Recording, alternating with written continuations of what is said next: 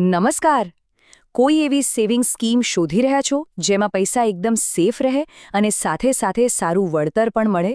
તો આજે આપણે વાત કરીશું ભારતના સૌથી ફેવરિટ ઇન્વેસ્ટમેન્ટ ઓપ્શનમાંથી એક, એટલે કે પબ્લિક પ્રોવિડન્ટ ફંડ, જેને આપણે શોર્ટમાં પીપીએફ કહીએ છીએ.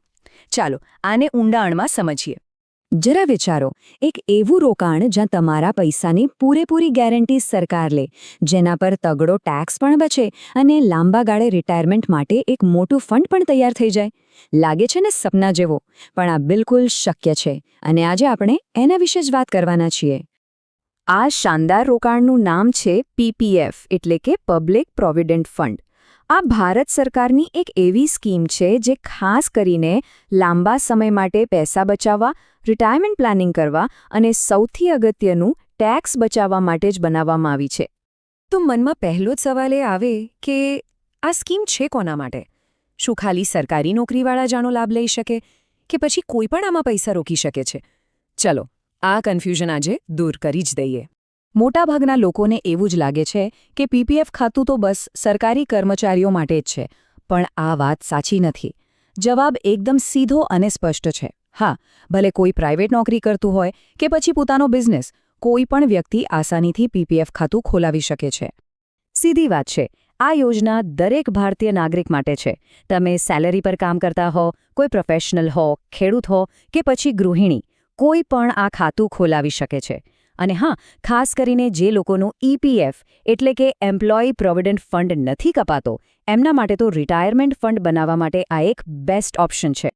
ઓકે, તો હવે એ તો ક્લિયર થઈ ગયું કે કોણ કોણ આ ખાતું ખોલાવી શકે. પણ સવાલ એ છે કે લોકો આના પાછળ આટલા કેમ આકર્ષાય છે? એવું તો શું ખાસ છે આ સ્કીમમાં? ચાલો એના સૌથી મોટા ફાયદા અને નિયમો પર નજર કરીએ. આનો સૌથી મોટો ફાયદો છે સેફટી, સુરક્ષા. આ સ્કીમ સીધી ભારત સરકાર ચલાવે છે, જેનો મતલબ છે કે તમારા એક રૂપિયાની ગેરંટી સરકારની છે.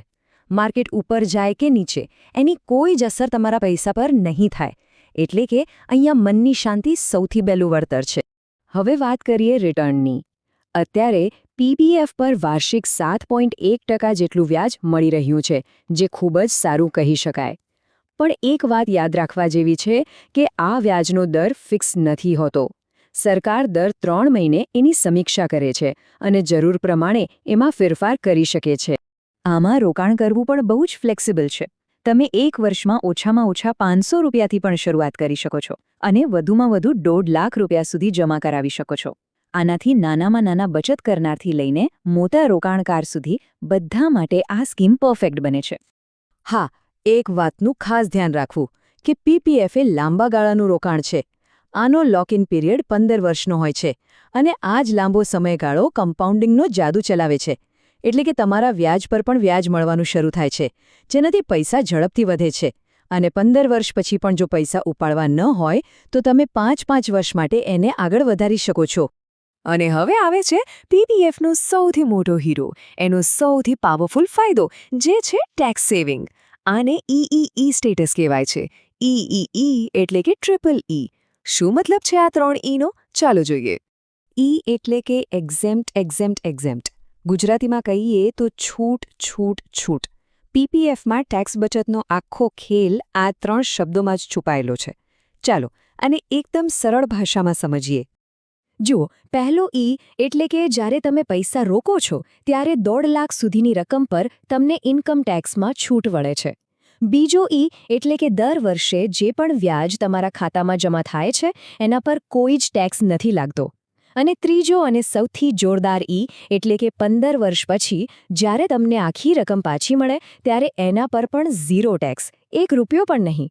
આ જ કારણે પીપીએફને બેસ્ટ ટેક્સ સેવિંગ સ્કીમ માનવામાં આવે છે. સારું, તો આટલા બધા ફાયદા જાણ્યા પછી ચોક્કસપણે મનમાં થતું હશે કે આ ખાતું ખોલાવવું ક્યાં? પ્રોસેસ શું છે? ચાલો એ પણ જાણી લઈએ. પીપીએફ ખાતું ખોલાવવું હવે બહુ જ સહેલું છે. તમે તમારી નજીકની કોઈપણ પોસ્ટ ઓફિસમાં જઈ શકો છો અથવા તો કોઈપણ સરકારી બેંક જેવી કે એસબીઆઈ, બેંક ઓફ બરોડા અને એ સિવાય ઘણી બધી પ્રાઇવેટ બેંકોમાં પણ આ સુવિધા ઉપલબ્ધ છે. અને હા, હવે તો ઘરે બેઠા ઓનલાઈન પણ ખાતું ખોલી શકાય છે.